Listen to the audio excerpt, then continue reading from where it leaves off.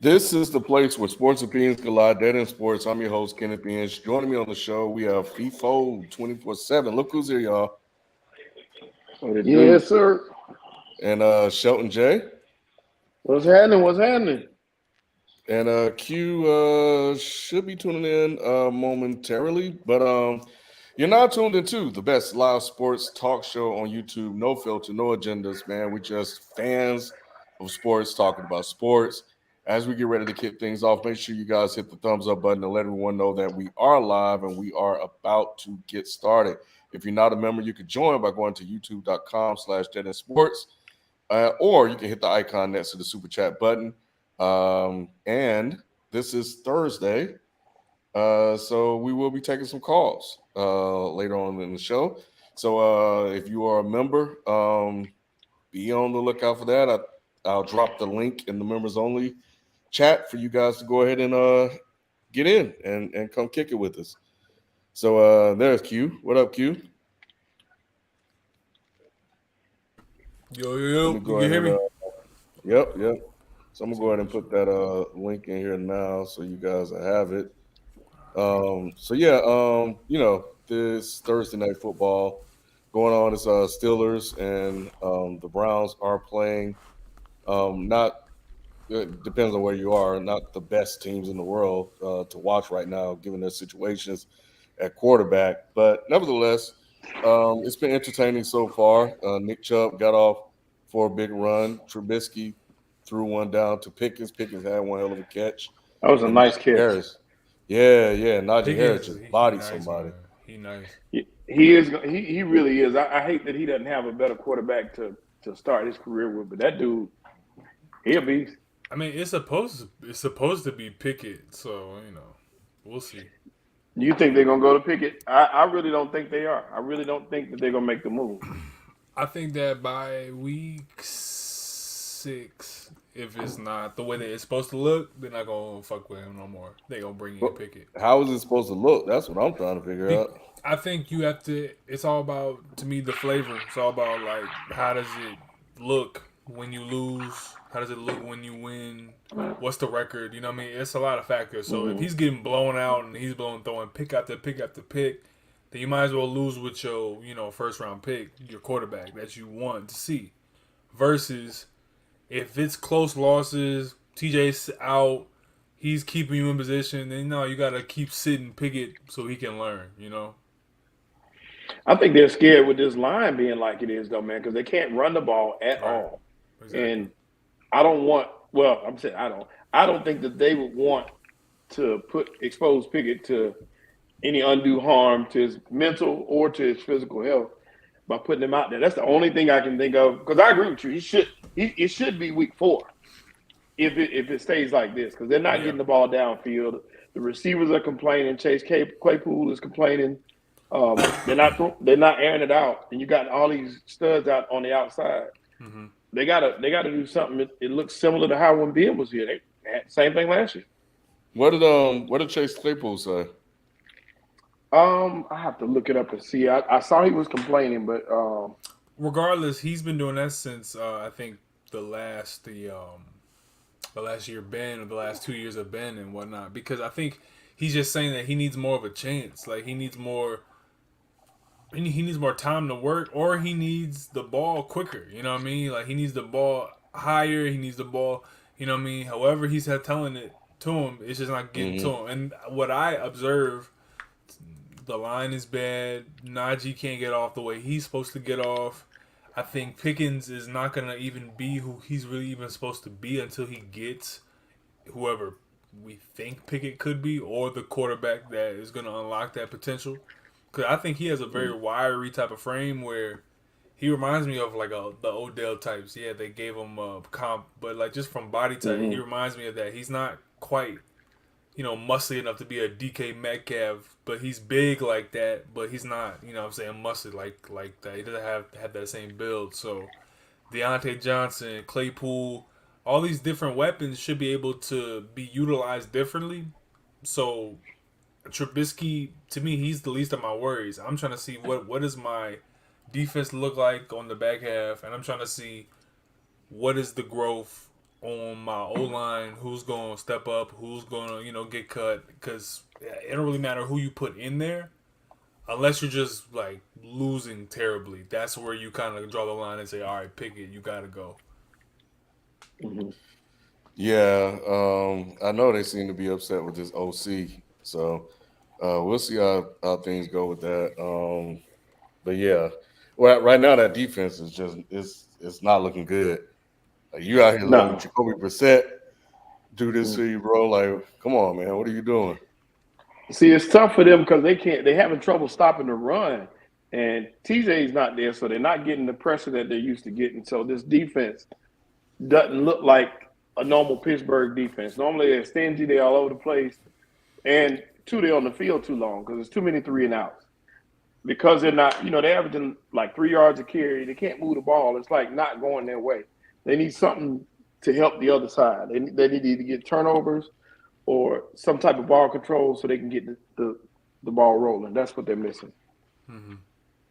But I think going back a little bit, Kenny Pickett needs to play because sometimes that new energy, it's infectious. And also, I think he's a playmaker.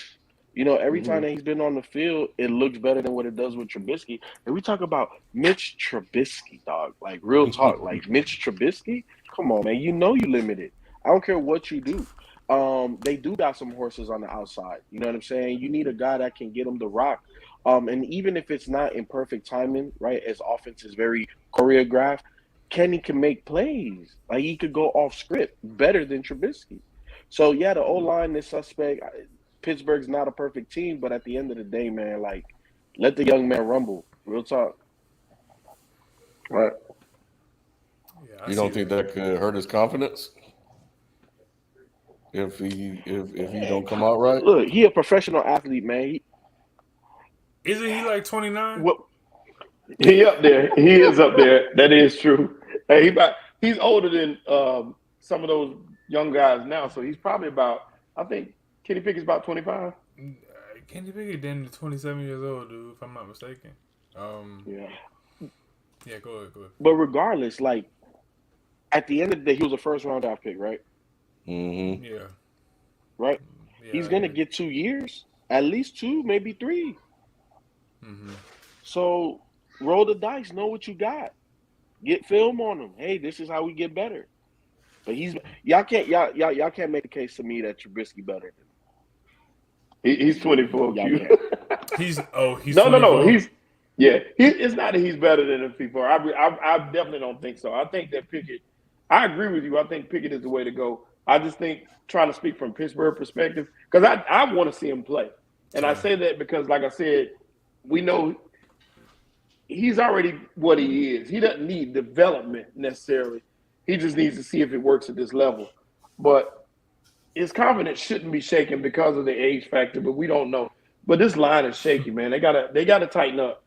They gotta tighten up. Yeah, I'm just making it clear that I don't respect the fact that people can't see both sides. You know what I mean? I get the people who want the Steelers to play him and the people who don't, because on the people who don't side, it's obvious that they're just certain type of mental like stressors that come with being thrust into that when you were told that you were going to be like the backup, and if you do bad, it may have some damage that lingers. And then there's people who are just like, yo, throw him in there and see what you have. And I think that we're just gonna probably get a decision on if that's ever gonna happen by week 6. If it doesn't happen by then, they're gonna ride Trubisky the whole season. Mm-hmm. I'll tell you what, put him out there when you get TJ back. That way, at least your defense is fired up. You're gonna get a couple extra turnovers and a couple extra possessions, and that'll help him out. Yeah. Well, number 30 just got helped out because he coughed that ball up. I think he's a rookie too, but he looks quick as hell. Yeah, I saw him just now, and it upset me because Najee is my fantasy back, but Najee looks like he's running in mud right now. He got you a touchdown. Yeah, he did. I was excited about that. I just need him to get some yards tonight. Man, you get 40 yards with that touch, man. You good. That's double digits right there. Mhm. Man, Najee can only do so much, man. That's crazy. You know what I mean? Like he can only do so much. When you think about it, the line is just it's hard to over. It's hard to really like pronounce just how Mhm.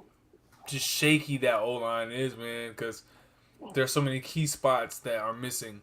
So many spots that are in flux right now on that line that don't allow for Najee to in his running style to really flourish. So I'm I want the Steelers to be better than what I think they may end up being, just because certain things just may not end up shaking out right again for them. But man, damn it, man! The one time that this team finally gets enough of their key positions healthy throughout the whole season, it's gonna be scary for the NFL, man. And it's definitely not a white flag right now. I'm just saying, like, if things continue down this trend, but I do think that they can still make a push if things like Baltimore losing the damn Dolphins continues to happen every week. Like that's like, all right, now we can keep losing a little bit here too. So Right. When you got the Browns and like you said, Baltimore, losing games like that, which that's understandable that they was not understandable based on where they were in that game. yeah, But and you got the Bengals line performing the way they perform, and you kind of right in it.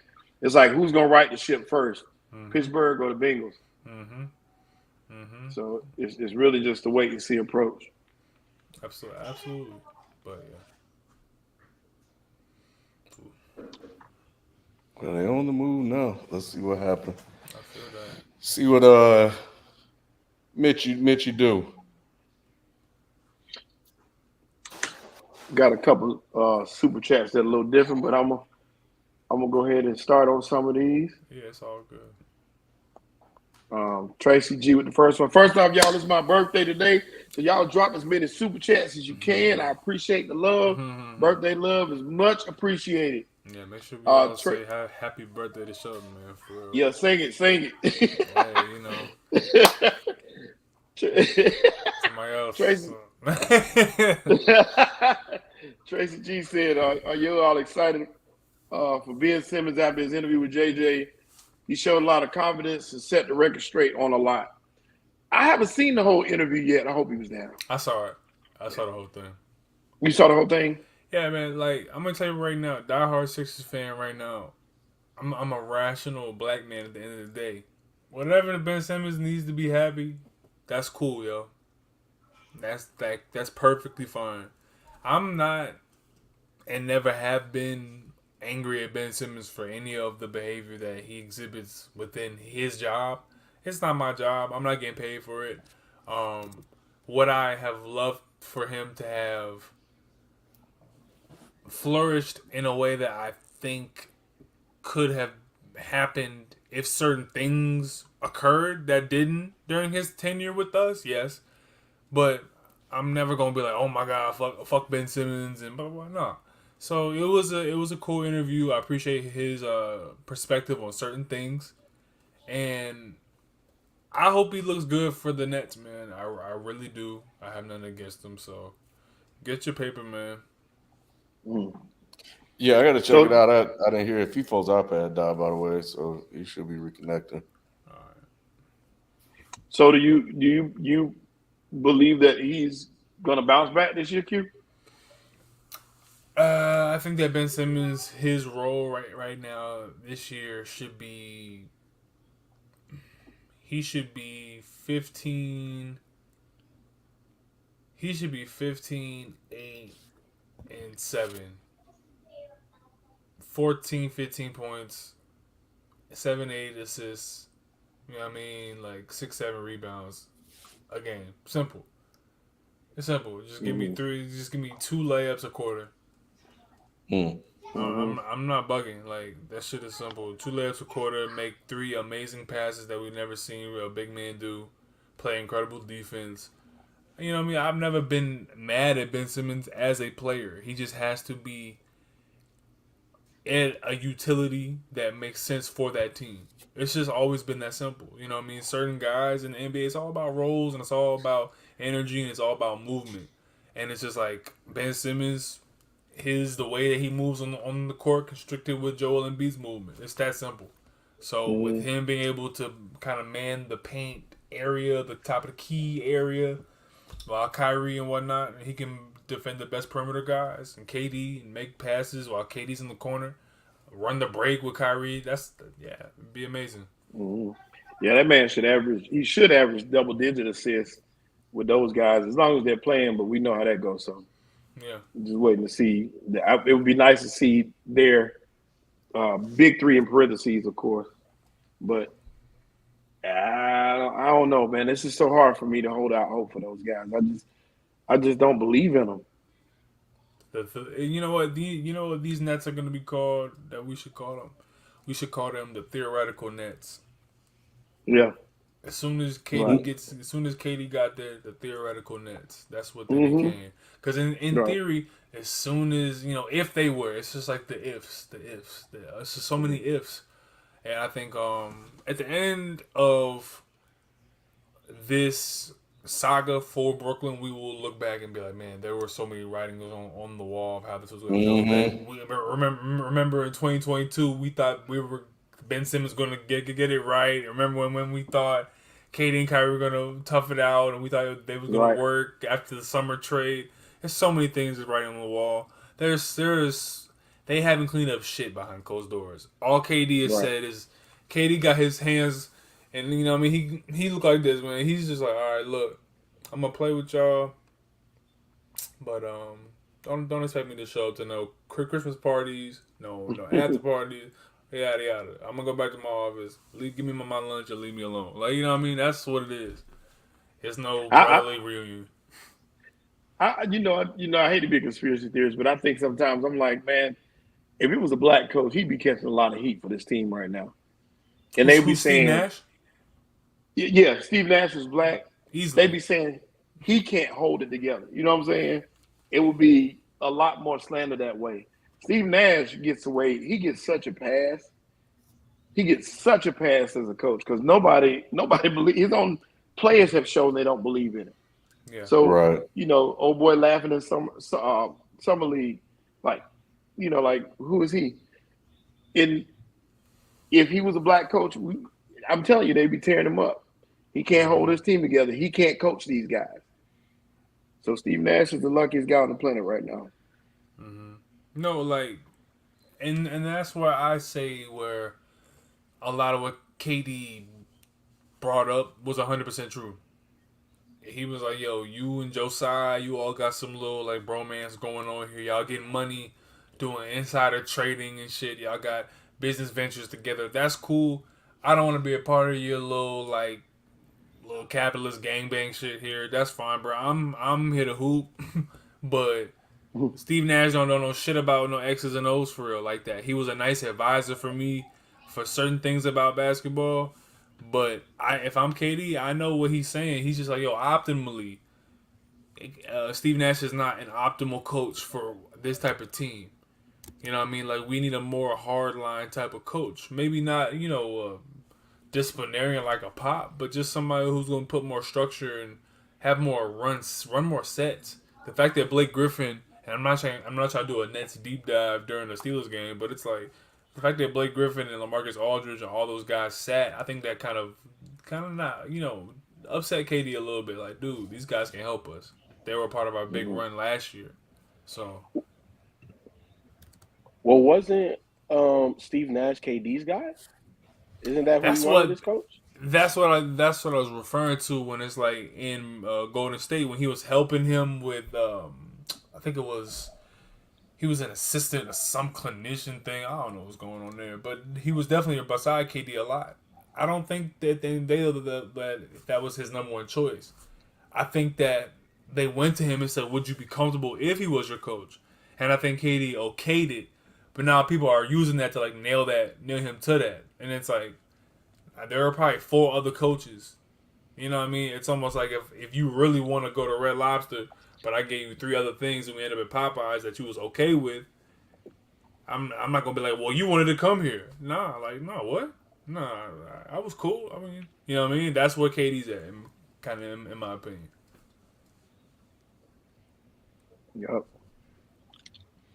Tracy G with the next super chat. Tracy G said, "Is the white man trying to bring Ime down because of his success in the finals the first year?" Keep your eyes on the ball. Keep your eye on the ball. No. Look like he was keeping his eye on something.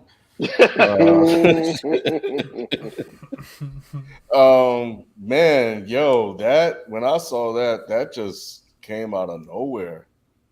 And I was like, what did MA do? Like he just got there and they already taking this guy down. Well, he's you know, if the reports are true, and I'm pretty sure they are to some degree.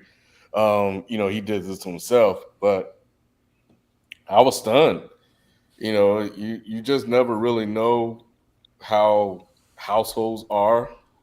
You know, you think somebody got it good and you know they with this person or whatever the reports are, and then you look at this, you're like, man, what's going on? Why would he do that? And but I don't know. It was interesting because I hope that to your question, Tracy, that it looked conspiratorial, like they were trying to take him down after he was able to do what Stevens couldn't do. That somehow this thing, because you know they could have sent her to him. We want to get on my conspiracy stuff. They were like, hey man, why don't you go, you know, dribble this ball in front of Udoka for you know a few minutes, just to see what happened. But either way, I'm glad that he'll just be suspended and not let go, and I hope it kind of stays right there, and that'll be it. But with the way that everything went down with Sarver, they may not let him get off the hook like that. Oh no, it's official. Yeah, they he's just done for the suspended him for the season, bro. entire year. That's all about it. So that's what I was trying to. Dang! Shout out to Connor. I didn't know that. Can I just say that I think that this entire situation is just so like, what is what was the reason like for any of this to come out? Like I feel like this should be an in-house conversation. This seems very inappropriate to me that this even leaked or this is even a story. Like, if it was consensual, then why are we talking about two of your in-house employees? That's what I was going to ask y'all. Reports are, well, I saw somewhere. I got to look back and see. I'm talking reports. Word is somebody told it. And it was like some disgruntled player. Who told it? Was it Jaylen Brown? Hell no. Damn. What bro, if Jalen's not messy like bro. that, yo? Jalen's not messy like that. He can't be Jalen. No. Yo, oh my man, bro, if that's true, that's some hating ass shit. No. Watch Watch be Dennis Schroeder or something crazy. You know, he going back to LA now. He said, "Man, fuck that nigga. I got my contract." Well, he did have some beef. Him and Jalen kind of got into it, right? Yeah, because he's like, bro, I'm the only one scoring. Give me the fucking ball. Stop giving Jason Tatum the ball. Like, you know what I mean? That's what he was at. And he wanted KD. Jaylen Brown for KD. I see where y'all going. So Tupac was in the car and then they turned on, you know what I mean? Like that's how that shit. That's how I got started. That's how I get going. That's how niggas get going. Like, man. Like, what? Oh, yeah, that's unfortunate, man. So that makes it even worse, man. Like if somebody, you know, went and snitched and told on the brother. How you dick snitching? Like, come on, bro. Like, that's crazy, bro. How you gonna get on another man's jock like that, man? Come on, man. That is some first class player hating. That's not even that. Like, that's dirty macking, bro. Like, you can't do that. Really? Like, 100%. Like, hey, they saying in the chat that was the VP's wife. Nigga, you gotta hold that down. If the coach fuck your wife, you just gotta hold that down, bro. You just like, all right, bro. Like, like he took us to the finals. Like, really cute. Oh, He took us to the Really, finals, Q? bro. Nah, Like at that point, money ain't a thing, nah, bro. bro. You ain't gonna be just banging my wife like that, bro. Man, hey man, at that Nah, point, bro. them rich white folks, they don't give a fuck. Hey man, hey, you gotta take that LQ. FIFO. The That's what thing I'm about it is what they say, Q. It was consensual, It's correct? the game. It's the game. There you go. The Hey. game is the game, It was. bro. Gotta take that L and be like, you know what? You ain't lying. You ain't lying. You know what, Jacqueline? I told you. Stop eyeing them fucking players when you around. I told you keep your eyes. There's rules to this. Keep your eyes up. And Jacqueline gonna say, I wasn't looking at the players. I was looking at the I coach. know, right? Exactly. Like a goddamn slave movie up in there, dog. Boston, y'all gotta get together in there, man. That shit. He was in practice with them daddy shorts on, and he got Jacqueline. This nigga Ime Udoka was behind closed doors, like, see, you my pick and let's roll. Like what? Like what? Hey man, it go like that sometimes. And this is in nowhere. This nigga said, hold up. Let me set a screen on my wife real quick. Hold up. I'm like, nigga, what? Like, nigga said, let me set a screen on my wife. That's insane. Nah, yo, they are definitely using that.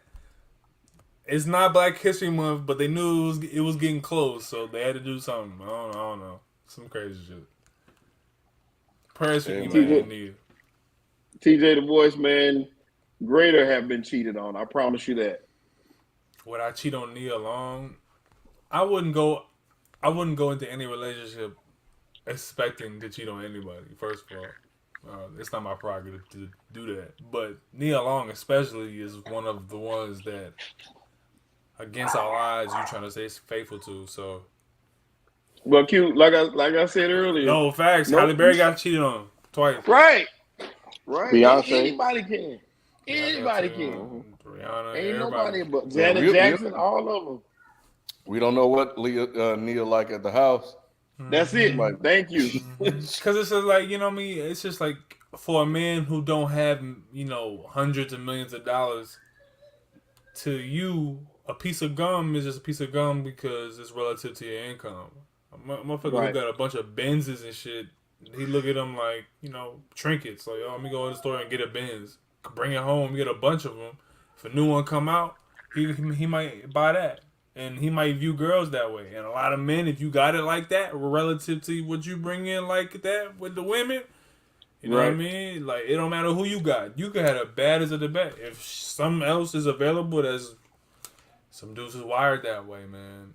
Mm-hmm. Corey Holcomb say you live up to your level. Whatever level you on is where you live.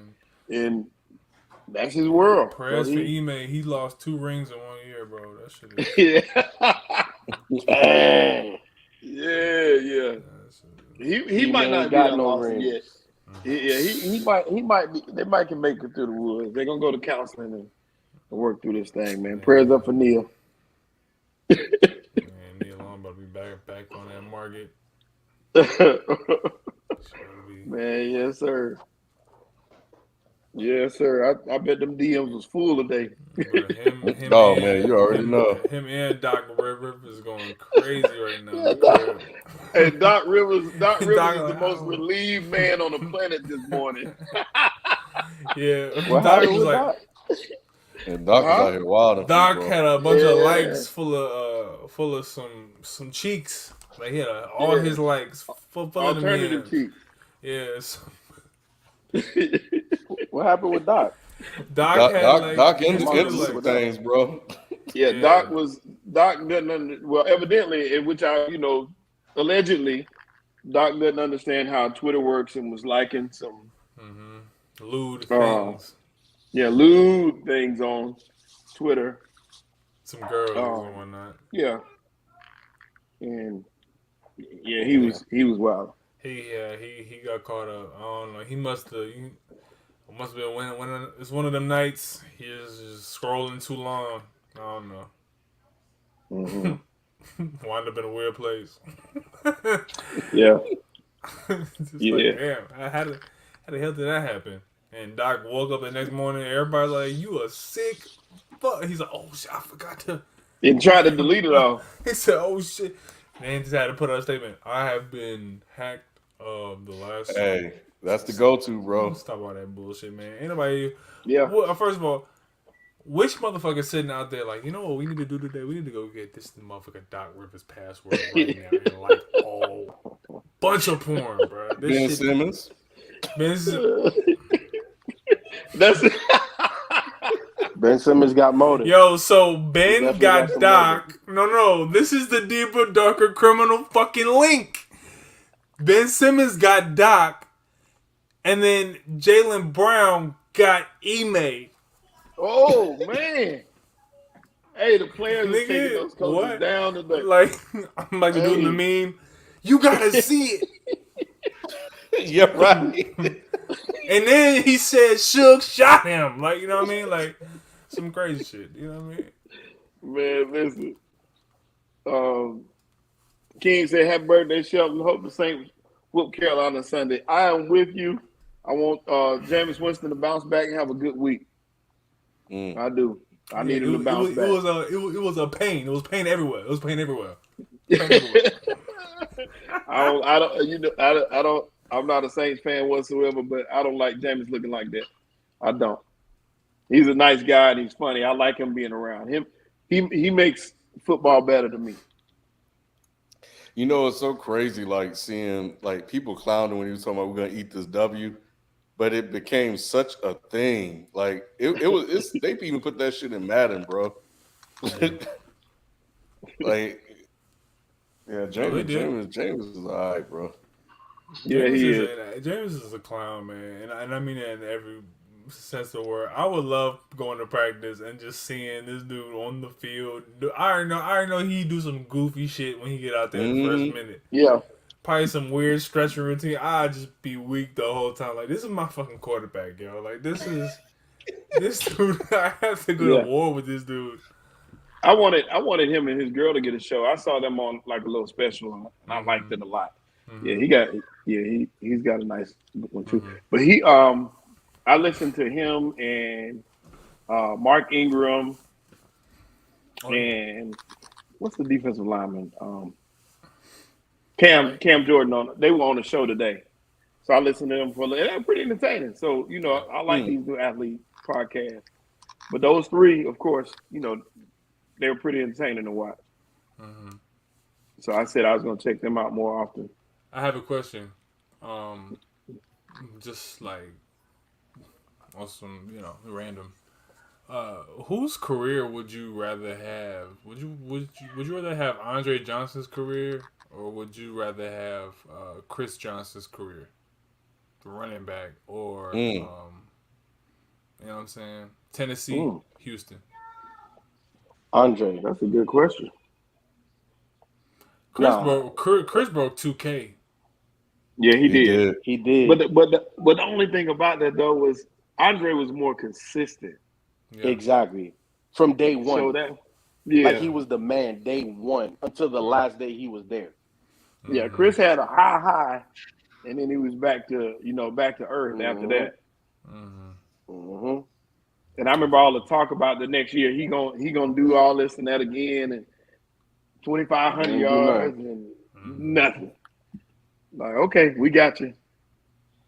Derrick Henry's sending a lot of love right now too. Man, yeah, he kind of down bad. It always happens like that, man. They run you into the ground. Mm-hmm. Exactly right. So, let me ask you the same question, but for Hines Ward or for Steve Smith, Carolina, Pittsburgh. Steve Smith.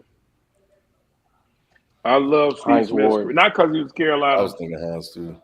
I love Hines Ward too. They both had great careers, but Steve Smith is definitely going to the Hall of Fame, and I think that when you look at who they talk about the most, I think they talk about Steve Smith a lot more because he was a monster. I forget watching him all because I watched pretty much every game he had. You forget how great he was. But I'm talking about from the time he touched the field until he retired, he was even in Baltimore. He played well. Now Hines was nice though. You think he going to the Hall of Fame? I think yes. Yeah. I think so. Yeah. Yeah. Here's the thing, Shelton. I give you. I think Steve Smith was the better wide receiver, right? Like we're talking dynamic, explosive, hands, strong as hell. But Hines was He was so mean with that like shit, he man. embodied what the his he embodied. You know what I'm saying? What the Steelers were, and he got a chip, and he was a contributing factor to that chip. And when we think about the toughest wide receivers, like Hines was known for his blocking. how Mm-hmm. many wide receivers Oh, can we say that? Steve was too. Steve was a monster. Steve was Now he a was monster. physical. He was a football player. Mm-hmm. I'm trying to see. I'm trying to look up their stats comparisons too, just to see like where they were.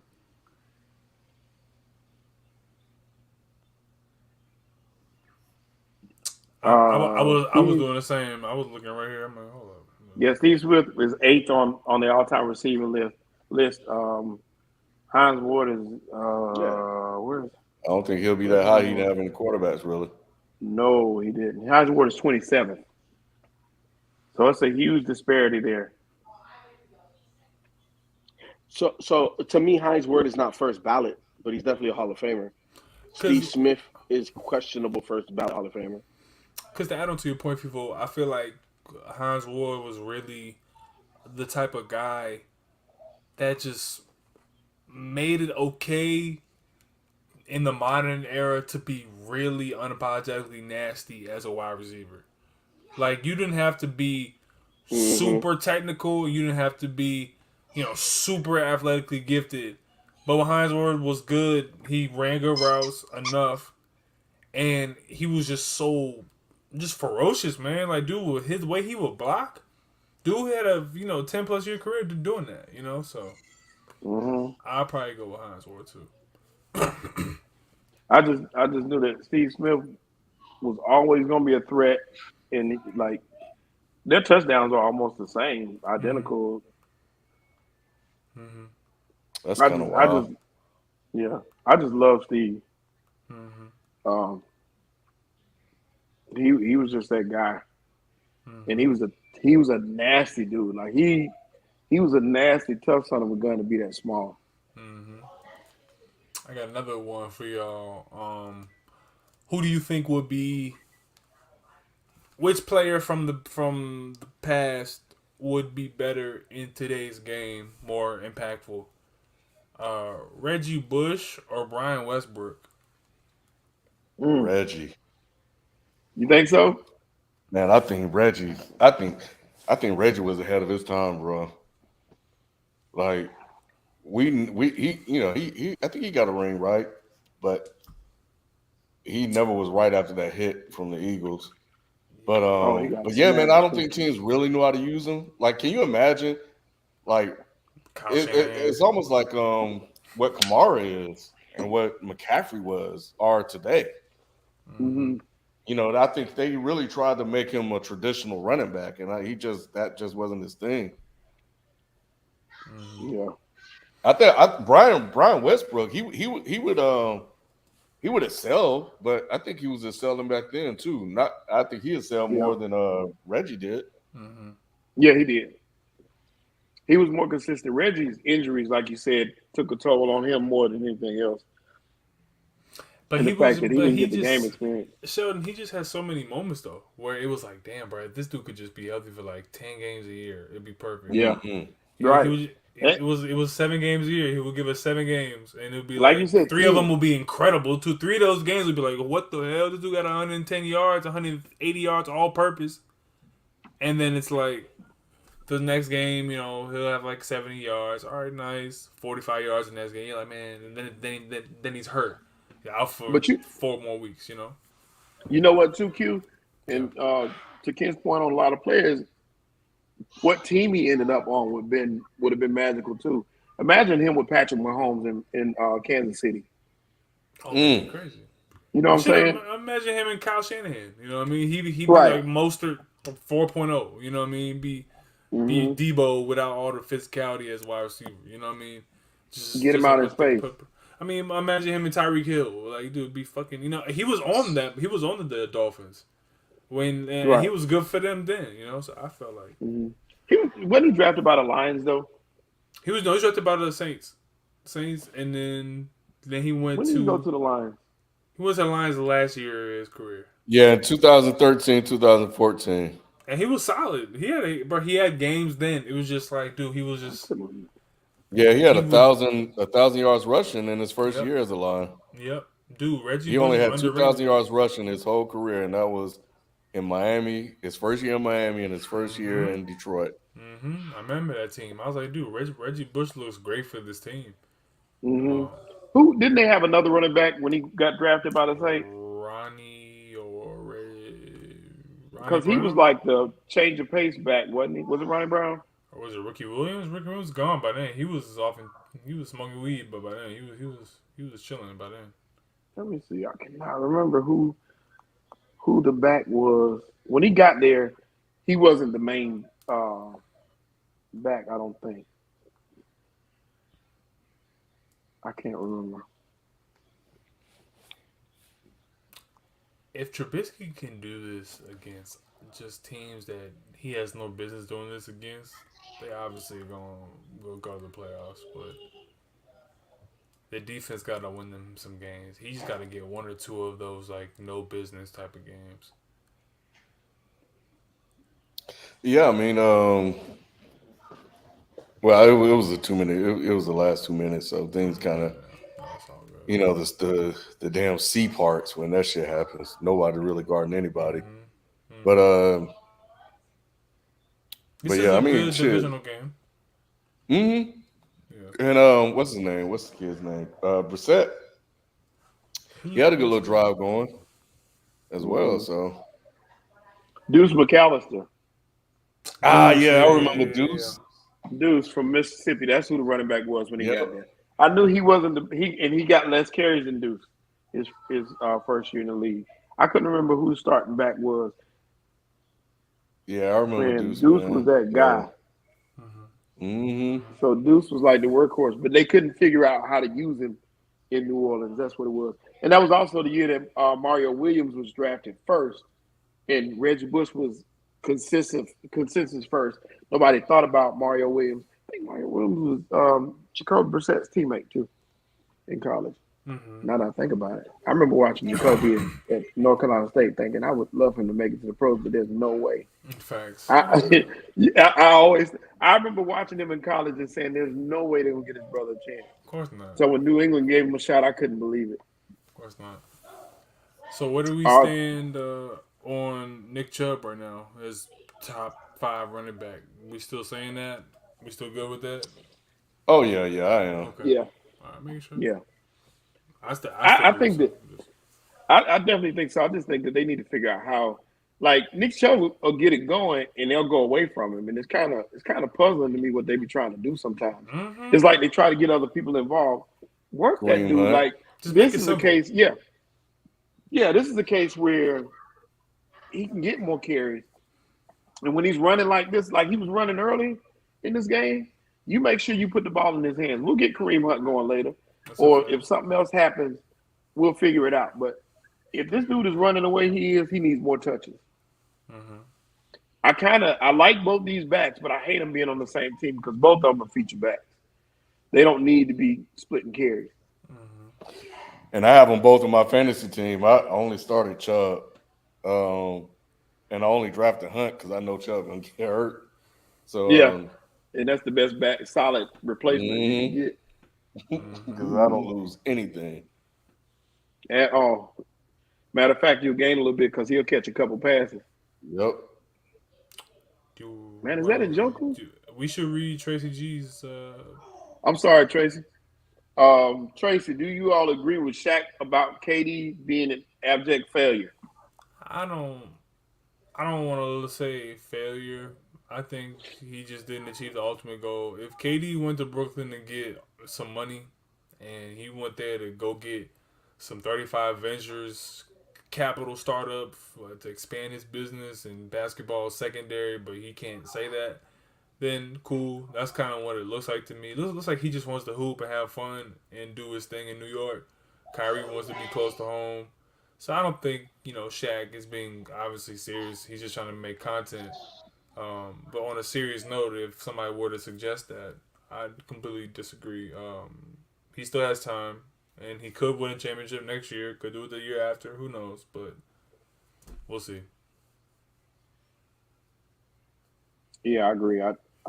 You can't really call him a failure as at this point when he's one of the most important players in the league. Mm-hmm.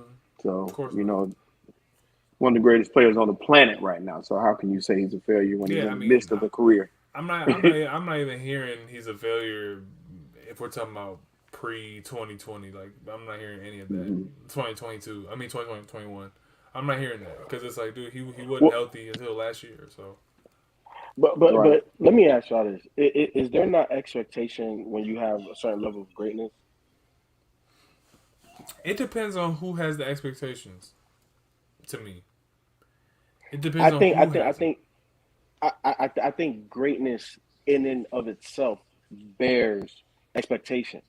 Because the greater you are, the more you should achieve. The smarter you are, the more things you should invent or create or change the world, right? The more of something that you are, the higher the expectation of you being that thing is. KD is arguably the greatest scorer or the most efficient scorer that the game has ever seen. When you're one of the ones, like meaning you're the greatest or one of the best to do something, it comes with an expectation of winning and being the reason why you win. Look, I'm not taking nothing away from his finals MVPs in Golden State, but that was not his squad. Like, that wasn't him. Like, yes, he was arguably the best player, right? Like, and he was scoring 30 on 10 shots. Like, it was something ridiculous, right? Like, I get it. But at the end of the day, he wanted to go to the Brooklyn Nets, and they have been abysmal. So again, you can't discredit the championships, but now you like every time we're looking at you to be the man, he falls short. He fell short at OKC.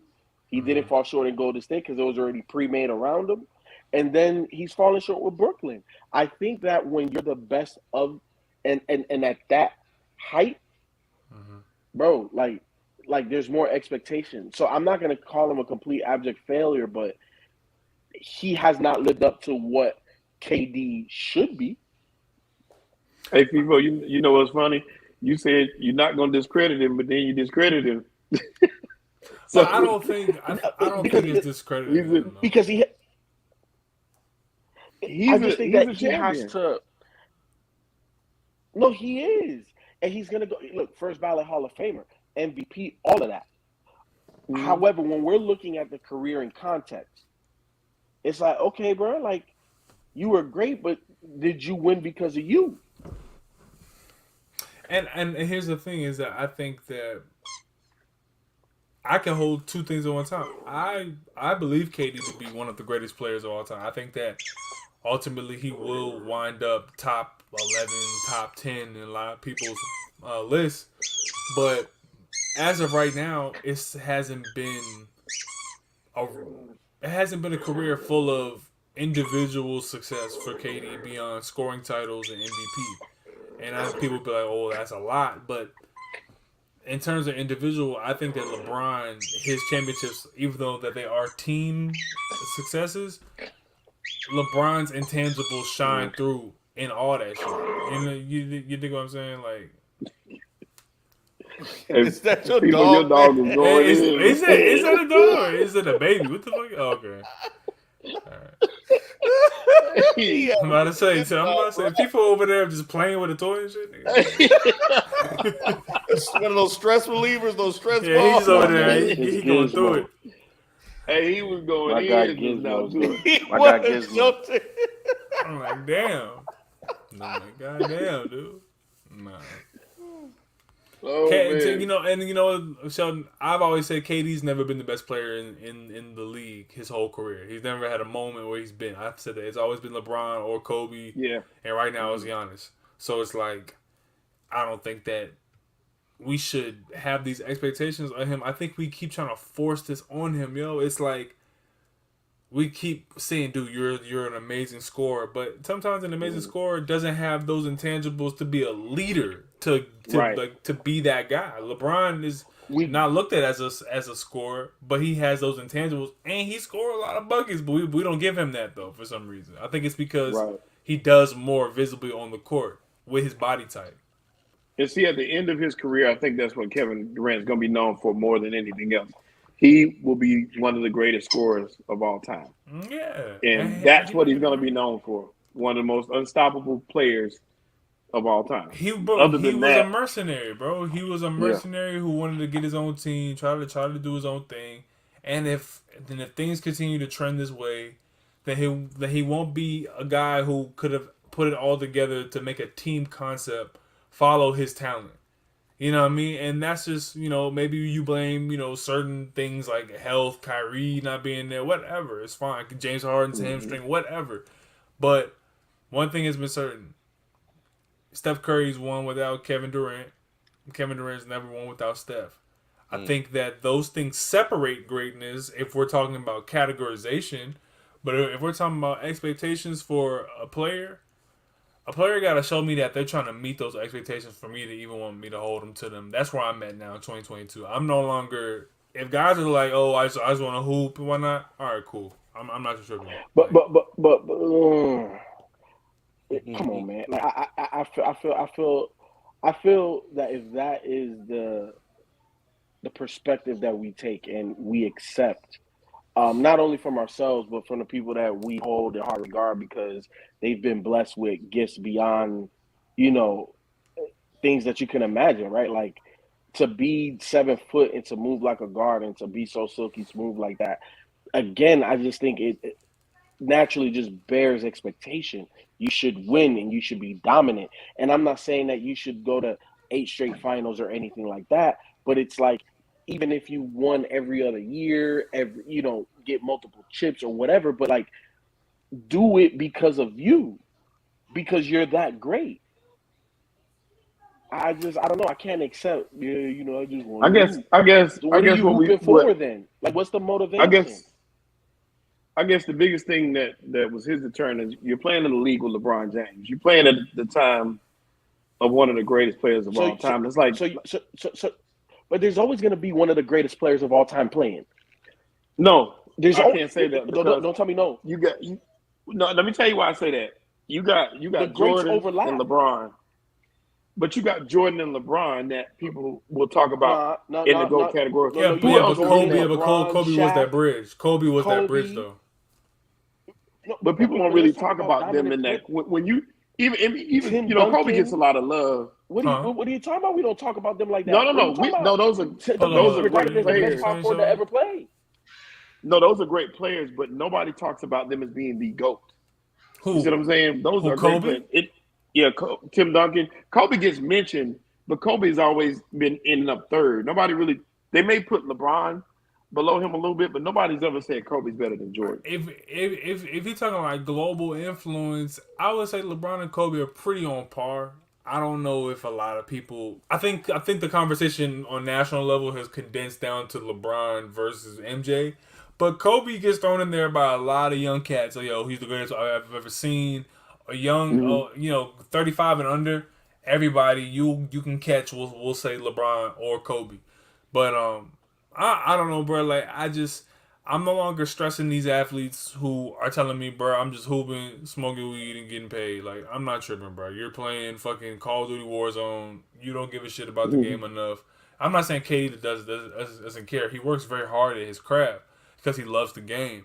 But I think he looks at a lot of this shit as arbitrary. I think him and Kyrie look at this shit as arbitrary, like GOAT conversations and ladders and lists and rankings. And he's like, bro, I don't give a fuck about any of that. Like, if we win, we win. It's because my preparation is dope. I care about the game, and I respect it enough to put the preparation in. But at the end of the day, if we get our ass beat by Boston, I'm going to look at the tape. If I did what I thought I should have did, and I can rest my head on a pillow at night, I'm not going to lose an ounce of sleep. I think that's where KD's at in his mindset. Because he went to Golden State trying to chase a lot of what I think we're talking about right now, personally. Is what my opinion is, I think. he was chasing a lot of that.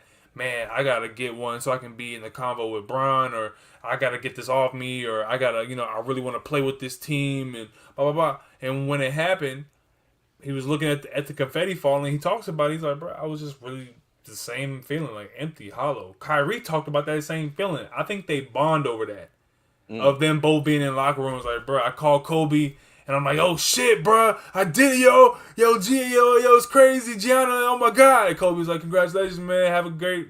And he's sitting there after he calls him, he's just like, fuck, my whole life for this moment, and ain't nothing really changed. So I think they both bond over that. Well, no, they nigga, fuck it, let's get this money, like. And so if that's where you at, KD, I'll give you that. LeBron is lifting weights on a yacht, bro. LeBron is lifting weights on a yacht.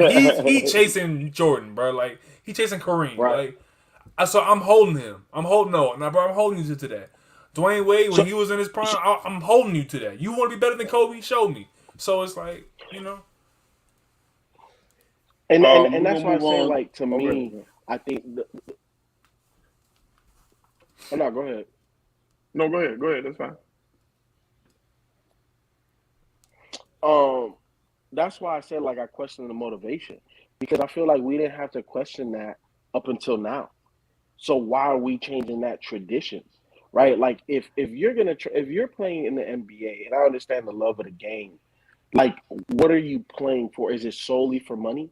If it's solely for money, then it's like there is an emptiness, a hollowness to it.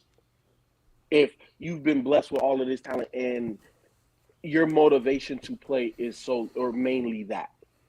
You know what I'm saying? Like, I don't know. Like, I just feel like if you're going to play, you need to, and not everybody, because everybody's not at that level, right? So I'm not saying like a J.R. Smith should be motivated by being the greatest of all time. Of course not. I'm just talking about the cream of the crop. Like, to me, when you watch Steph Curry play, he's trying to be the best version. He's trying to put it so far away that, like, I'm the greatest point guard to ever play. You know what I'm saying? It's always going to be questionable. But he plays with a motivation to just put it to rest. Like, I never have to question Steph. You question Steph? I don't question Steph. No. Who is this number 30? This dude. He's doing a lot. Bro, he's doing a lot. Like, he all over the place. Yeah, man. He's just doing. Yeah, he's shifty, but somebody just got handled. Like, somebody is out. But yeah, people know. I think I think a lot of this is just the mentality, man. It's just like that mentality thing of when KD looks in the mirror every morning or every night. Does he look at it and are the 5 things about his day are the top 2 things, like basketball and his family, and no, it might not be that. You know what I mean? And even if it is, it may just be, just be the best you at basketball I can be and hold it where it says. So sad that, it's sad for our selfish reasons, of wanting to see the greatest possible. But, these guys are human beings, and they're to me, they've expressed multiple times that they not really, on that 80s, 90s wave of, we dying for this sport. So, all right, cool. I'm going to let y'all have it. And the ones who show me that they really are about it, I'm going to judge y'all from that plateau. Like, and that's why I respect Giannis, because Giannis don't say none of this. He don't do none of this shit. He just get in the lab every offseason and gets better. Something gets added. Something gets tweaked. Something gets refined. Movement gets simplified. Something gets, shit gets smoother. Like, I don't know, man. So that's why I respect guys like Giannis who say, like, no, I do want to be one of the greatest players of all time. He don't really care about the small forward, big man. No, I'm going to be one of the greatest players. So, all right, bet. Right. Respect, Right. And that's in his DNA. Yeah, man. Just working hard and shutting up, man. Getting out the way. Mm-hmm. And these guys, some of them seem like they just got other things on their minds, like Twitch deals. They just do. Yeah.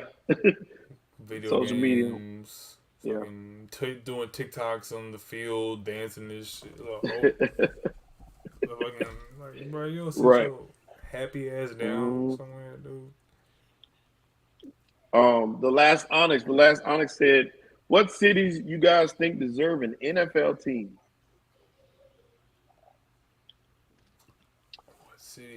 What cities deserve an NFL team? Dallas getting a second one is what. Fuck out of here. Really? That's what Spike said on That his. will never happen. That will never happen. Did Spike do a 365 on that? Stop. Never happen. Yeah, I don't know. I forgot where he said he saw that at, but he saw it somewhere. Somebody said Hawaii. Aldrin J, that's a good one. That's a great one. Hawaii? Nah. Aldrin J said, that's too much travel. Toronto would be dope. You're right. I agree. If the NBA is, nigga, that's snow games. That is snow games. About 15 games out of the season, you going snow. Like, nah, I'm good, B. No, Jackson, Mississippi. Nah, bro. The Mississippi Possums. Nah. This is y'all naming some places. Ain't gonna happen. San Antonio. San Antonio would be nice. San Antonio. Yeah, San Antonio also. What about Orlando? What this happened fool said Jackson, Mississippi with Favre as the owner. Hi there, I'm Brad Favre. He already got the funding. Hey there, I'm Brad Favre, founder of Wrangler. Fuck out of here, nigga. Thomas said who? See, now I'm trying to think about some other shit right now. Yeah, I don't That's know. so crazy. I can't think of a city. Orlando's a good one. Orlando is a good one. That's mid. I was thinking Orlando is what. That's pretty much, because it's a major city in Florida. Somewhere else, and San Antonio is good because Texas is big enough to support another team. You got California pretty much covered. Unless you're gonna put one back in Oakland, which I wouldn't be opposed to. Damn. If you went back to Cleveland, why can't you go back to Oakland? Yeah. Yeah, Oakland had, we done with Oakland, man. I love Oakland, man. Shout out. Do something different. Shout out to the town, man. Can't over here hating. It's all good.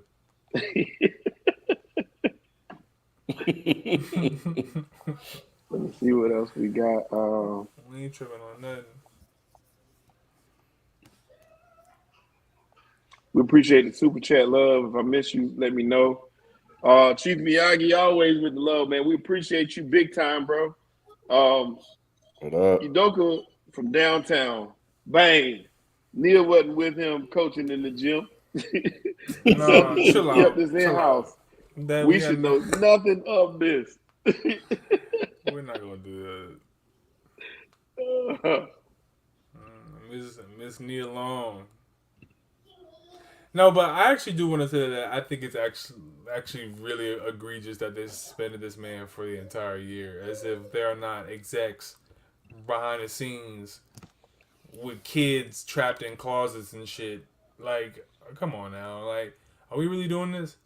And this is not to say that this is appropriate, quote unquote, office behavior, whatever the word that means. But consensual relationship between two adults should be, in my opinion, in-house, should be handled behind closed doors. It should be very vague statements and press releases of, we are aware of a situation, blah, blah, blah, blah. It shouldn't even allude to anything beyond, we are, suspending him for, like I said, it should have been $50,000 and 10 game suspension. And that should have been it. Yeah. That should have been it. Yeah, my thing is, I understand that you have stuff in place about the workplace, and I get all that. I'm not tripping off it. But like we said, it should have been something that's kept in-house. If that's going to come out, I'm waiting to see if some other shoes are going to drop. Is anything else going to come out from somewhere else? Mm-hmm. Like, is somebody else going to say, well, let me tell you what's happening over here. Yeah, that's what I'm waiting for. Shit, I'm waiting for the day where we just start getting all of everybody's shit on Front Street, finally, because a lot of these folk be acting like they just straight, angels in public. When black shit happens in the news, they always want to talk about putting their money where their mouth is. But behind closed doors, be pieces of shit. You know what I mean? When women's marches and rights and all that stuff, but behind closed doors, be groping and be misogynistic and all a bunch of crazy shit. So I'm not trying to hear none of these people. So Right. Ime Udoka, Sarver and Favre are on bullshit, but Ime Udoka is about to be his top story for what, a day or two now? Yeah. Don't let And this it's be a knocked. story in a week, Yeah. because I'm not trying to hear that It's shit. Like, And it's knocked them down. The only way it can be a story is if people are complaining, kind of how they got Sarver out. If you're gonna do that for Udoka and get him his job back, keep his job, but get him back in there coaching sooner. I don't want to talk about it. So a unless you whole talk year about though, it being, yeah, that to me is I'm a not seeing. year, I need to see because all you're doing is punishing your team. yeah. Tatum, this That's is a all you're doing. key. Like, all you're doing is stunting Tatum's growth as a player. When it's Right. like you're talking about we are witnessing right now, quote unquote, potential Super Bowl hangover with the Bengals and the Rams. There's very much so often NBA Finals hangover too. So you want to take away my coach when I'm in a pivotal growth year? I'm about to be to what? He's like 25, 26, Tatum. He's not even 27 yet. So these are very key growth years for his skills and refining movement, refining, certain things in his shot, selection about the game, mentally, the different things. These are very key moments. So you want to take away my head coach? For what? Like, and this is, and really this is really just the ego of whoever is the husband, if it is who they're saying, the VP's assistant, whatever it is.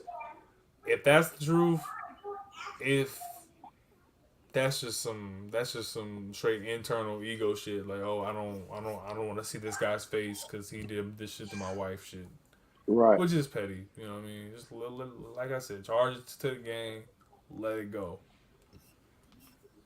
The man, your man was in the finals. Like, come on now. Right. If he made him the victim, I would like to know who he is because I don't see it being anybody else. Mm-hmm. She's consensual. Mm. Drink more water. Drink more water said it's crazy how narratives can change so fast. Giannis was a playoff choker, and KD was the best player a little over a year ago. Now KD is in question, and Giannis is considered the best. Who's next? Mm-hmm. KD has always been in question on Dead in Sports. Yeah, this is true. And we've flipped, and I mean, if you want to say there's some flipping, it's been earned by Giannis. Because at the time when he was criticized, I'm pretty sure he earned that too. But he made that right, and now he gets the respect he deserves. Mm-hmm. And that's the good thing about sports. Q used to say it all the time. These are fluid takes. People grow, they mature, they get better.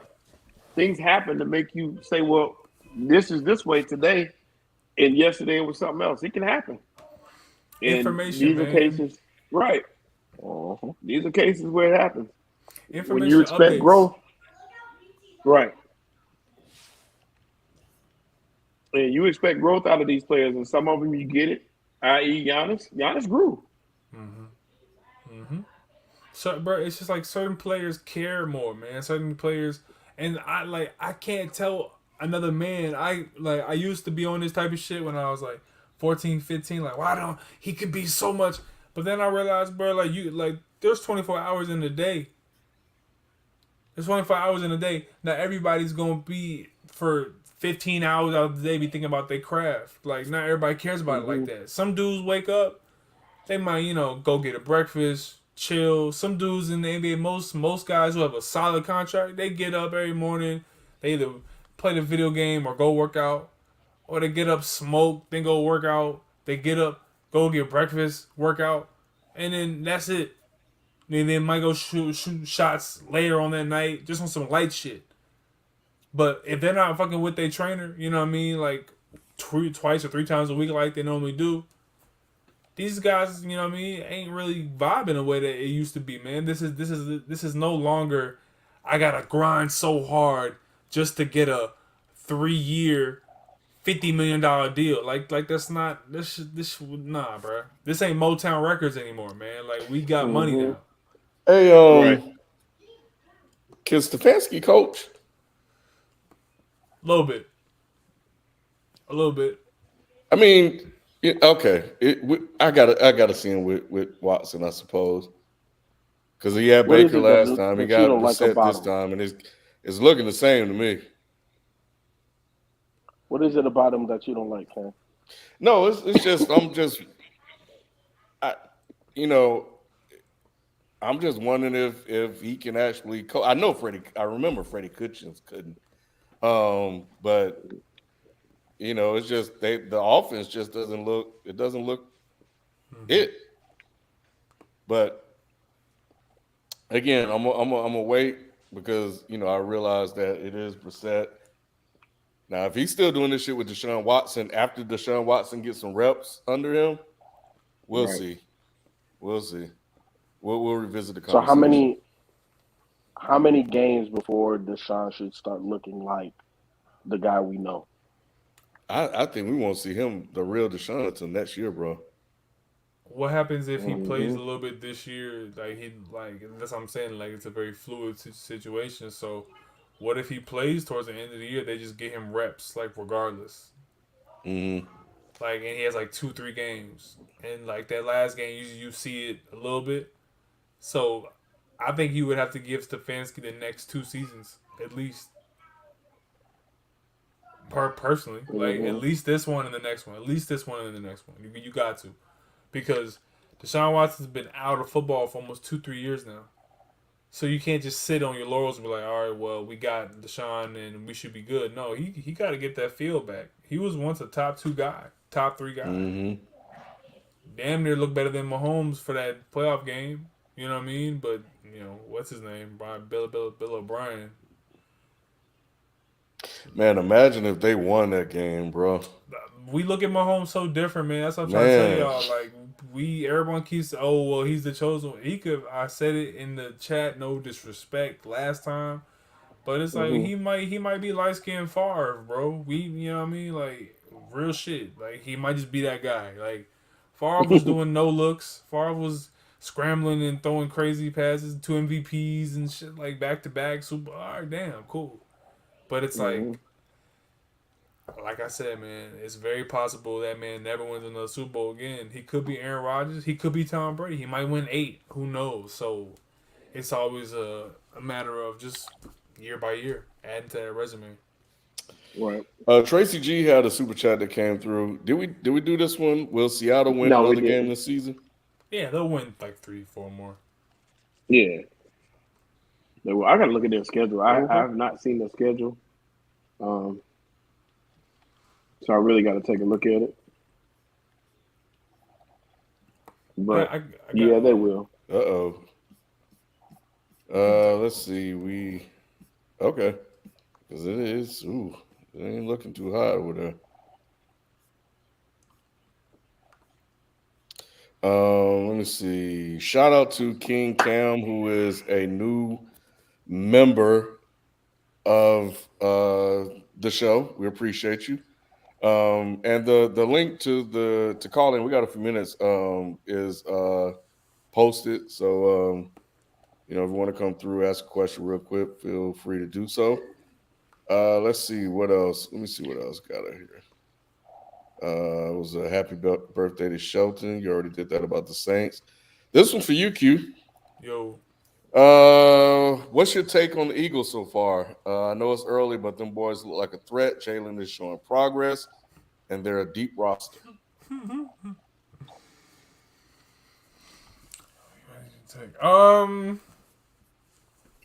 think on the Eagles so far, it's been 2-3 weeks right now so far. So I'm still jury out. I'm jury out on everything right now. Last year I was very much so out on Jalen Hurts. Right now I can see that he's made considerable effort to get better and he's made some progress within the offense. But in terms of me being, in awe of any team right now or any QB. Everybody's pretty much still even with me right now. I gotta see by like week 6, 7 that I can know what this is. But I will say my expectations are with the roster that we have. If Jalen Hurts is going to be our QB for the future, I have to see him make those tight window throws. I have to see him be able to read more than one read. I have to see him stay in the pocket, don't bail unless it's opportunistic for us to bail and get a nice gain. I just gotta see him make the throws, bro. It's that simple. When we're playing against the Vikings and the Vikings are letting us get press release. I mean, there's like no press. We're getting free release off the line with Devontae and AJ Brown. It's very easy for me to be like, oh, fall in love with that and thinking that that's gonna be the tell of the tape. That's not gonna be it. If I'm actually being real, Jalen Hurts' best throw of the night was dropped by Dallas Goedert in a tight window. Those are the throws I gotta see him make, more of as the games get harder and harder and teams become more of who they're supposed to be. So if he does that, he stays running around the way he's doing, and he continues to add to his game as a passer, and the defense holds up, and yeah, the team could be great. But as of right now, I'm just expecting him to make more leaps. If he can't do it, then I'll know.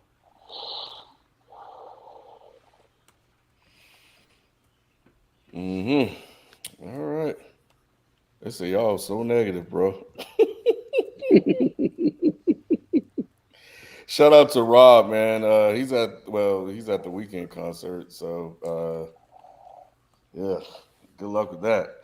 But we appreciate you coming through. Nigga at the weekend concert on a Thursday. Right. Some rich nigga shit, Rob. Okay. Oh, y'all niggas had not at the weekend on a Thursday? Oh, okay. These broke ass niggas in the chat room. Let me talk to these niggas real quick. But yeah, but nah, man, I'm hoping Jalen keep doing this thing, bro. Yeah, I read this article the Washington Post did about black coaches being hired in the NFL. It's kind of crazy how this whole thing, went down. The only team that agreed to be interviewed were the Steelers. Of course, and it was just so bad. I wish I had the stat about the number of black coaches that have been hired since Art Shell was the first one. Is, if I'm not mistaken, less than 40. I mean, it's pretty pathetic, man. Yeah. Yeah. So, and a lot of the coaches saying like we want to speak out on it, but if we do, it doesn't help.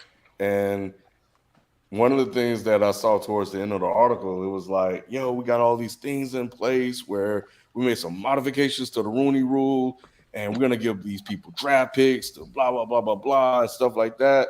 And we're actively doing things to make sure we can try to change it. And it's like, these are the games that be played though. And it's like, we're gonna do a policy change here. We're gonna put together a committee there, and we're gonna do all this stuff, and nothing ever really happens but committees and policy changes and stuff like that, and we just lose more time towards progress. And yeah, HLLVN, yeah, it's like 34, man. It's 34 coaches hired. It's pitiful. Bro, that is crazy. That is a crazy ass number. Since Art Shell was hired as the first black coach. And then you look at, they did another graph where it showed like the team that had like the most tenure as a coach, and it was Cincinnati and Cleveland and somebody else. But the thing about that is that that's a little bit misleading because Marvin Lewis had been there forever.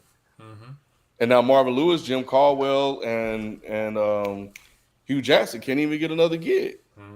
So the other takeaway was how they're shifting to the whiz kids, as they call them, the McVays and the Zach Taylors and stuff. That's the other con game. Yep. That's the other con game. Which is really just more nepotism, which is really just about like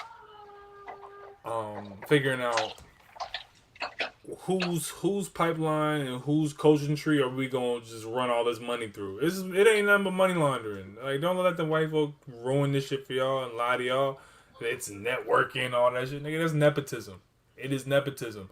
If black folk were able to institute nepotistic business practices, we have billions of dollars in our community. But when you keep all the money in house and this guy's a genius and this guy's also a genius. Oh, you heard he's also coming up under their coaching tree. What does he do? Oh, he inflates the balls. Like, dude, like what? Like, they're hiring just anybody. Hiring fucking ball boys because the way he inflates the balls, though, is so different from anybody. Like, that's how they sell it to us. Sean McVay's fucking Jesus with a clipboard. Kyle Shanahan's Jesus with a clipboard. But when Lovie Smith takes Rex Grossman to a fucking Super Bowl, all right, I got you. And it's actually not 34. HLVN looked it up. It's worse. It's 24. That's what he said. 24. 24. Yeah, he corrected it. It said 24. That's crazy. And it's crazy too because a lot of the jobs that are coming open that you get black coaches at, i.e. Houston, a lot of those places are not looking for much success anyway. So by the time that team comes close to turning around, they're gonna hire a new coach anyway. So it's gonna be struggle. Todd Bowles getting that job was actually a blessing. But what happens to that team when Brady leaves? Mm-hmm. So they set you up. I'm trying to tell you, they said it's what they do, man. They set you same up. Same thing with Lovie, bro.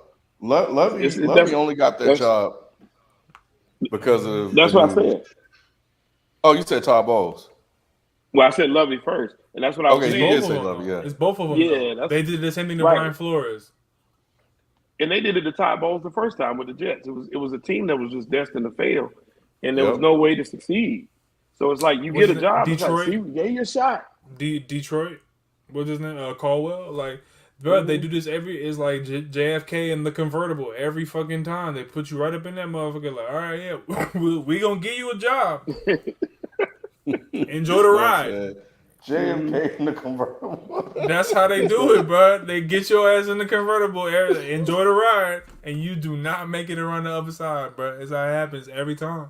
And what they do is to me, the reason why they do that is because they really want to demote you to your. To me, it's called forever positions, where certain people are just supposed to be forever in these positions. Where y'all are good enough to be OCs for some of us. Y'all are good enough to be even defense coordinators for some of us. You can even be assistant head coach. Blah blah. Doesn't matter. But if we talking about you being head coach for us, GM for us, nah, bro. I'm sorry, bro. Because we know what you gonna do. You know what I mean? Like, we want our niggas, not your niggas. You know what I mean? And then one of the guys in the article, I loved he said this because he was like, he pointed out another con game they were doing because he was like, yeah, you know, they'll talk about Ron Rivera. He's Latino. Yeah. And Robert Saleh. Is that and the Jets, and talking about he's Lebanese, and Mike McDaniels, who's biracial, and they were like, "That's cool and all, that's diversity, but that's not black."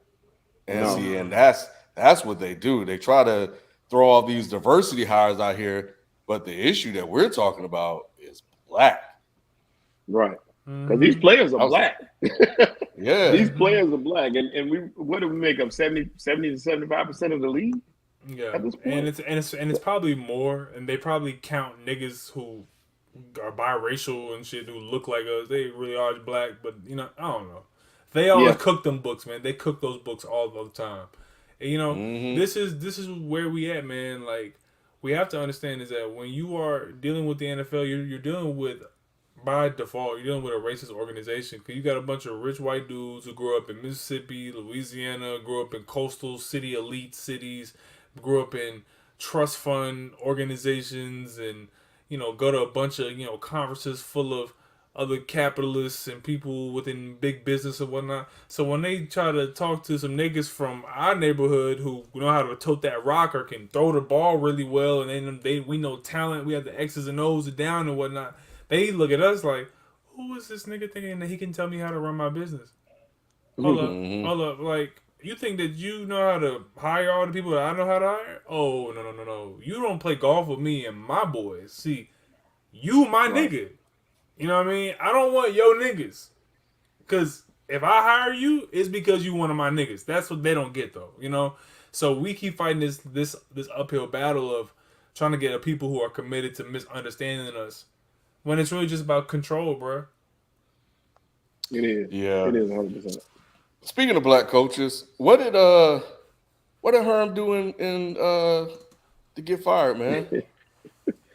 Man, that's some crazy stuff, and that goes into it too. I hate it because a lot of times these coaches that do get opportunities, they screw it up so bad, man, and they probably doing the same thing these other guys are doing. It's just magnified because of where they are. We talk about that all the time too. They were facing major sanctions at Arizona State due to some crazy practices of recruiting at the wrong time during the non-recruiting period, certain things that they were doing, but they're facing major sanctions, and he just kind of blew it off like, yeah, he's just doing like a little, inquiry or something, like it ain't nothing. You had coaches leaving, players transferring. They lost their top wide receiver, top running back, their quarterback left. He just was losing institutional control. He had nothing going his way. So him losing his job the writing was on the wall. There was nothing he could do about it. He pretty much already lost the team. So that was just the next But step. was he the orchestrator behind all of it, or did he just walk into that situation? It was under his watch, so he was considered that. And like I said, all his coaches left, players left, so it was all on him. Damn, man. HLLVN. Yeah, he says he go to ASU. He said it was wild Wow. seeing that. I saw that video, man. I felt bad for him, but he took that shit like a G though. No, he did. Yeah. Well, he got his money, so he ain't worried about it. He got his money, and Herm will have a job in television. He was actually good on television. So the reason why he got that job at Arizona State in the first place was the athletic director was his agent at one point or something like that. So he kind of brought him in, and it was a shock that he brought Herm in. And, he came in promising all these wins, and I think they went and won one bowl game or something like that in this time. So it wasn't a successful tenure for them. I was rooting for them because they had a black head coach, they had a black quarterback. Now they got Emory Jones. Their quarterback he transferred to LSU. He's playing pretty good. Brought in Emory Jones from Florida this year, but they just lost too much. And in that game, they lost to Eastern Michigan. Mm-hmm. So it was kind of like an embarrassment. Nobody in the stands. HLLV, and I don't know if you was at the game, but yeah, it was pretty bad. It was pretty bad. And it's hard to it's hard to be a pro coach and go back to college because you go from managing men to having to guide children. You know what I'm saying? So that's a difficult thing. And it's more than just football. You got to make sure these guys are going to class. You got to make sure they're getting their work done. You got to make sure they're not cheating. You got a lot on your plate. So it's not easy. And he didn't handle it well. Third quarter of the game, man, and I think this might. I think B said it, but this might be Tomlin's first losing season, bro. Think so. I'm reacting to what I'm seeing. It's Thursday night. Brothers are a little tired and stuff like that, so I get it. But man, they don't. That offense looks pretty bad, bro. Yeah, it doesn't look amazing. Yeah, so I'm just wondering, like, I haven't looked at the schedule, but geez, where can you find like 8 more wins? Yeah. Mm. with Trubisky. And then if you bench him, then you put Pickett in. It's probably not going to get any better, because he's a rookie. He's learning on the job. You gotta go. You gotta go with Pickett at some point. You do. It did look bad with Ben, but Ben was a vet. Yeah. So Ben could vet. He could vet his way through games. Yeah, bro. Where it's like he could draw an offsides that'd get he could throw draw off. He could draw pass interference on somebody. You know what I mean? Yeah. And this defense is looking worn out too. Like they getting taken to the woodshed. Bro, it's just I'm so tired of it for them, man. It's just like every year, bro. Their Steelers defense, to me they actually are world beaters. But the thing is though is that it's like the Steelers defense is like an eraser that's been worn down. It's like, dude, you keep using scrubbing, you're gonna get to the delt. It's gonna be a nub. It's like, dude, you have worn them to the bone. TJ and these boys. There's no reason why they should be having a whole high-power offenses under 10 points for whole halves. Just so y'all can make a first down. Right.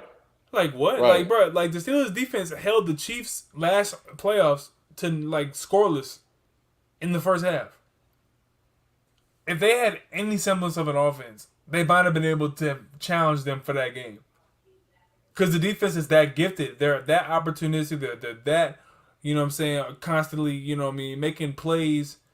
They're, it's just, they're hard-nosed, man. The secondary is not amazing, but they make plays when they're juiced up. So, Stop, bro.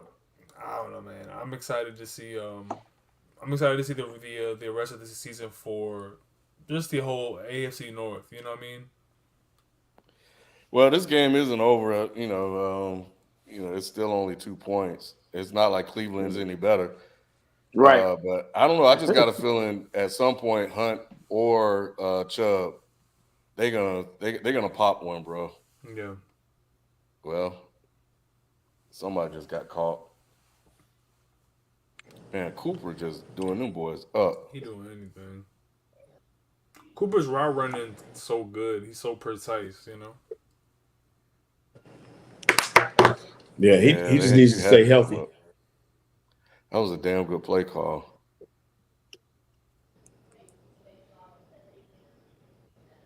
Damn, who was that he got like that, bro?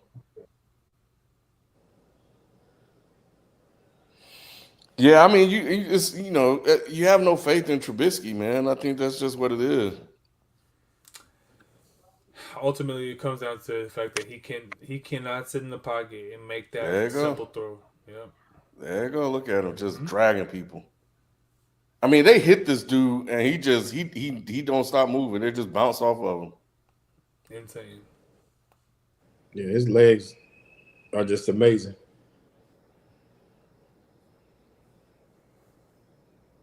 If he could stay healthy, man, he'd be super. Yeah, it's rough playing the running back, man. Like, how many especially the physical healthy like that? Yeah. The way he plays is what sets him apart and what kind of helps and hurt him. Oh, if Stefanski, if they score on this drive and Stefanski don't run these boys to death the rest of this game, something wrong. The only time he should throw the ball from here on out should be play action. Oh, God. Shit, let me ask y'all this. I'm about to actually got to swerve. But, man, let me ask y'all one more question. Whose career would you rather have, Reggie Wayne or Larry Fitzgerald? Larry Fitzgerald. Larry Fitzgerald. Man, Reggie Wayne was a dog, dude. I'm thinking Reggie, bro. He was. His route running was so crazy, dude. He was. Larry didn't have peers though. Reggie had Marvin. Yep. We don't. True. But Reggie was Reggie. Reggie was still Reggie. I'm not tripping off nothing he did, but because once Marvin retired, Reggie still was producing like with bum QBs. People don't remember them years when he had Jake Locker and shit throwing to him, and you know what I mean, terrible QBs when Peyton went down. Still putting up TDs, still putting up yards. Like, come on now. Reggie Wayne might be the most underrated wide receiver in NFL history, in my opinion. Reggie was the best number 2 wide receiver ever. He was the number 2 that could be a number 1 whenever you needed him to be. And not many number 2 guys was guys like that.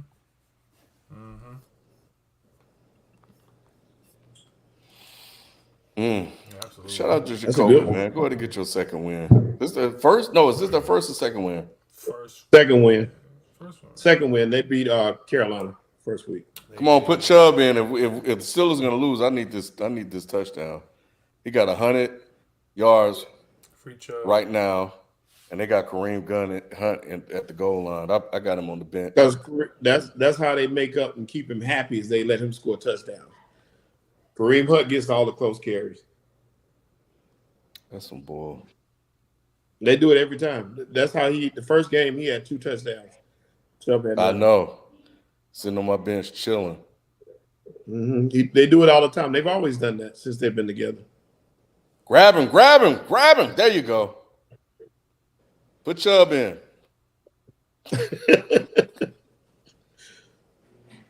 Hey, the worst thing about playing I fantasy, need that touchdown, Chill. I need that one more than you do, bro. Take him out. They should put Chubb in there.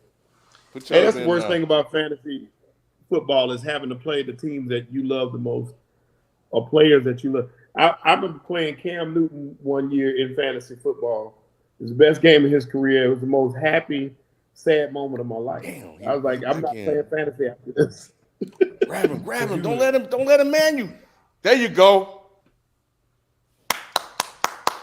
Good job, fellas. That's why they should have put Chubb in. Now put him in. Let him dive over the goal line. Nah, chill. That helps you for next week, Ken. Because next time they will do that. Don't do that now. I think the OC, the offense. Oh, they going for it. Okay, Stefanski. He I think I'd have kicked the field goal. And the only reason I say that is because Facts. I don't trust Trubisky to score a touchdown. There we go, baby. Give it to me. There we go. Ring it up.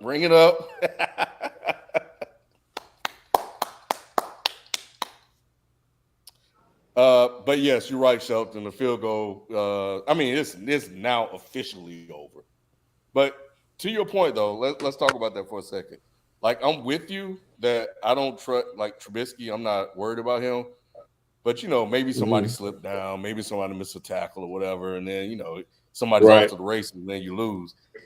In this situation, you get the points. Even if you get the points, if you didn't trust Trubisky to score a touchdown up what? These guys can't kick a field goal. Up, 12, 3, 15, whatever it was, then you really trust him to go 99 yards? Right. I'll take my chances in getting this touchdown. Now they left the door open because it's only an 8-point lead, but hey, he going against the it's two black. Tracy. It's two black people though. Like I think we win one way or the other. Like, hey, Tracy, I think you're right though. Kareem Hunt's a little darker. Oh damn. I did start I started the Browns defense. They really faked it to the center. They had the center lineup at fullback for the Browns. I'm confused. Anyway. Tomlin black and Trubisky black. I don't think I lose in this situation. We need because at this rate, Tomlin might have the safest job ever because of all the controversy with black people. Man, if Tomlin is gone, Tomlin has been like an unintentional token in the NFL for all these years because he's the one black coach that they never get rid of. Every time the NFL season comes on, you're gonna always have Tomlin, in the cast. You know what? A part of me wants to see. A part of me wants to see what the bidding war would be like for a coach like Mike Tomlin if he was a free agent on the market. Like from college to NFL, bruh, he would have almost every single team look like, hey, like even guys with coaches on their roster under contract would be like, yo, could we make this happen? You know what I mean? Well, you know what was crazy though, Q? I don't know if that's true, and I say that he should, but because he is black, how many would stay away? You know what I'm saying? Yeah, no, I feel that. It's some idiots out there. I feel that, but I feel like he brings like a certain cachet to your team that's just like, all right, well, this dude is just, too And legit. he deserves it. He deserves it. There's very few coaches that could say they should keep their job over him. Yeah. But these people, like I said, we've seen them do worse. So we got our first caller for tonight. We're gonna take this last call and get out of here because this game more than likely is pretty much over. Officially over. What up, Igwe? Yo, what's up? Gang. What's happening? Chilling, bro. Hey man, I noticed you pop up when the Browns seem to got this thing wrapped up. Hey man, what my man saying in the chat? We smoking on the Tomlin pack. Hey, that's what we do all season, man. Not all season. Damn. Hey, you know, I support my black man though, but not Mike Tomlin. I'm sorry, I can't. Damn. Not Mike Tomlin. Hell no.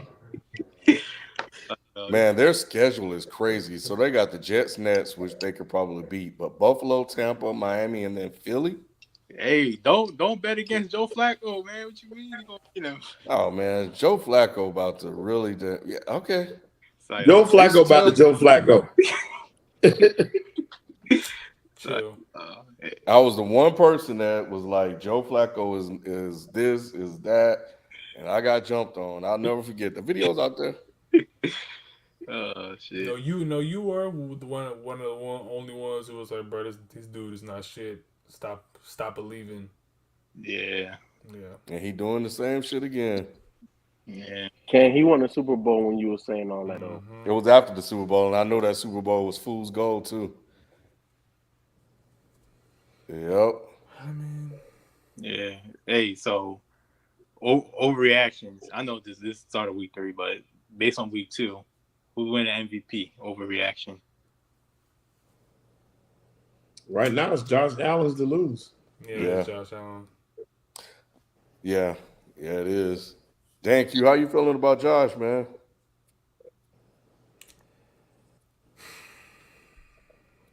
I still think that he has a lot to prove in the playoffs, but regular season he looks fantastic right now. Yeah, no, he lighting it up. I'm Josh. Pains you to say that, huh? Not did. Really. He had Not to really. hit that a little bit. Not really. Not really, because I think I know when it matters, Buffalo's not gonna be able to do this. But you know what I mean. They look good. I'll never forget when that man. What was he? He fumbled the ball in the playoffs. Mm-hmm. People act like that shit didn't exist. Mm-hmm. Hold on, that was a wild one. Pepperidge Farm remembers. This week is going to be a true test too, because those DBs in Buffalo, they got some injuries back there that they're contending with. You're going up against this track team, so we're gonna see, because you got to match them point for point. Bro, how did get Trubisky out of here, bro? It wasn't a lateral. That was a fumble.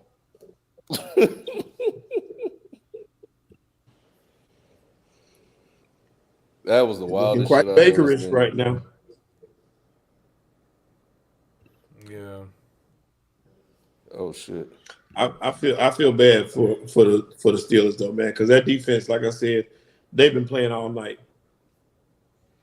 But they go hard every fucking week just for them to get, betrayed by Trubisky a fumble, some bullshit. But you know how it go, bro. Yeah, it was a lateral. It was a lateral. It was still a bad play though. That shit was horrible. Mm-hmm. Lateral fumble, it don't matter. That shit was horrendous. And Trubisky. And this team beat the Bengals. What does that say about the Bengals? Man, That's crazy. That's just crazy to me. Dang, he pulled a Q.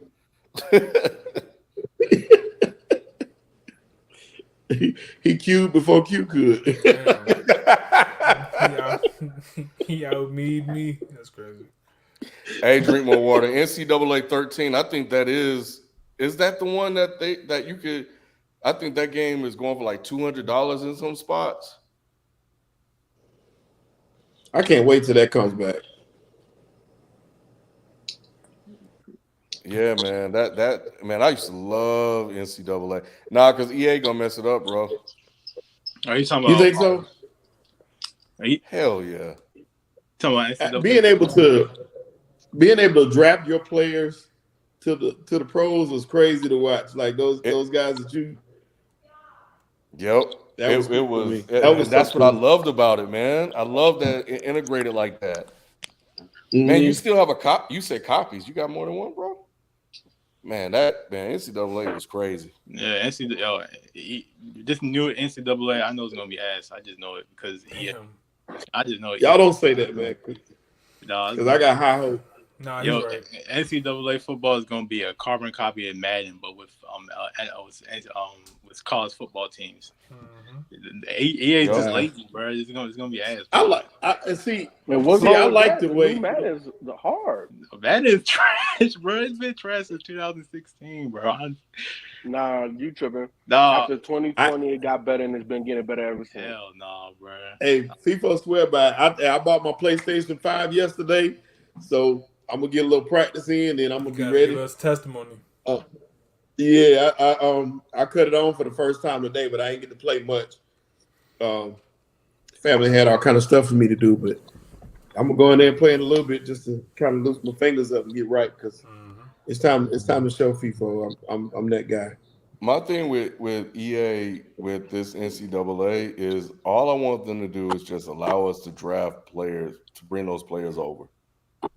Right. If we can do that, I'll be content, bro. I'll be content. Yeah.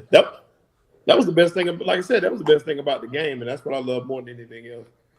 You got to watch a player come from high school because you played with him in high school, and then you can play. High school to college, you play with the same player.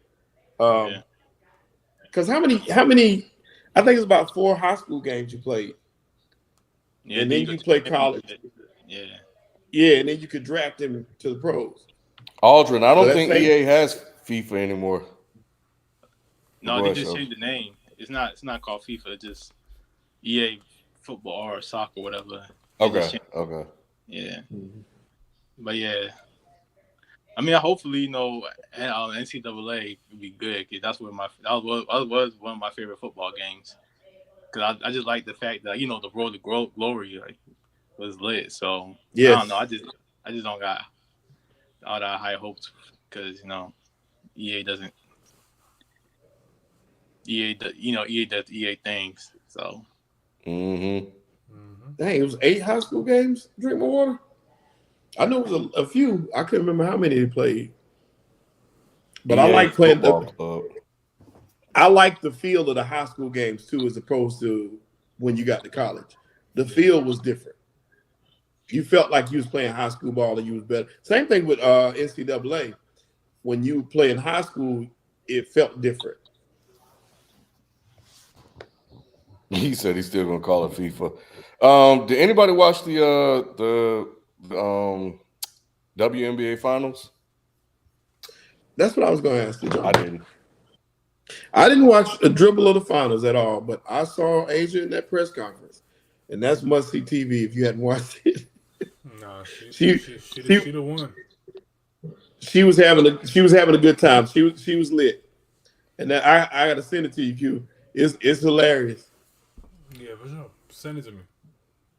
because they were telling her like, "Hey, stop drinking, stop drinking." She was on one from what I heard. I heard she was She on one. was. She said, Oh my gosh, that was all you niggas has doubted me. yeah, that was Motherfuckers. hilarious. It was hilarious. Oh, I can't remember old girl's name, but she was next Y'all to not her like, watching me now? Y'all not watching me? right. No, She was we like, didn't. I told you to stop drinking. I told you not to be drinking that. She was like, I'm lit. I'm not even supposed to be drinking this shit, but I'm gonna do it. Fuck that. Oh man, No, I was man. crying. It was so funny. But Wow. yeah, that was pretty funny. Shout out to them though. I appreciated that. Mm-hmm. Hey, I'm gonna do a right on better his job chest. next year following WNBA, and I'm definitely gonna go to some games. I didn't get to go. I planned to go to some this year, but I didn't get to. But next year I'm gonna be much more into the sport. Yeah.